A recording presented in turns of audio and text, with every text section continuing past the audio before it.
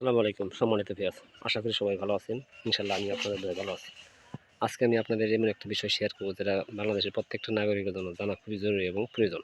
সেই বিষয়টা হলো অ্যা অনেক সময় আমরা যারা মোবাইল ইউজ করি, বিভিন্ন ধরনের ফোন সারাদিন আসে। সেই ফোনগুলোর মধ্যে থেকে কিছু নাম্বার আপনার কখনোই কোনো সময় রিসিভ করবেন না এবং রিসিভ তো করবেনই না এবং যদি রিসিভ করতে নাও পারেন, পরবর্তীতে নাম্বারগুলা মোবাইল স্ক্রিন থেকে ফোনও দিবেন না। ফোন দিলে কিন্তু সেগুলো কী হবে, লাস্টে আমাদের যে মোবাইলে বিভিন্ন তথ্য থাকে, বিশেষ করে বিকাশের, নগদের, উপায়ের, যে সমস্ত খাতগুলো মানে ব্যাংকিং লেনদেন খাত, এগুলো আমাদের হ্যাকাররা তথ্যগুলো নিয়ে যাবে এবং এবং যদি কোনো টাকা পয়সা থাকে, টাকা পয়সাগুলো নিয়ে যাবে। সেই নাম্বারগুলো হলো +99, লাস্টে অনেক সংখ্যা থাকতে পারে। আরেকটা হলো যে +92। এই যে ২ টা নাম্বার বললাম, এই নাম্বার থেকে কখনো ফোন আসলে ধরবেন না এবং পরবর্তীতেও এই নাম্বারে ফোন করবেন না।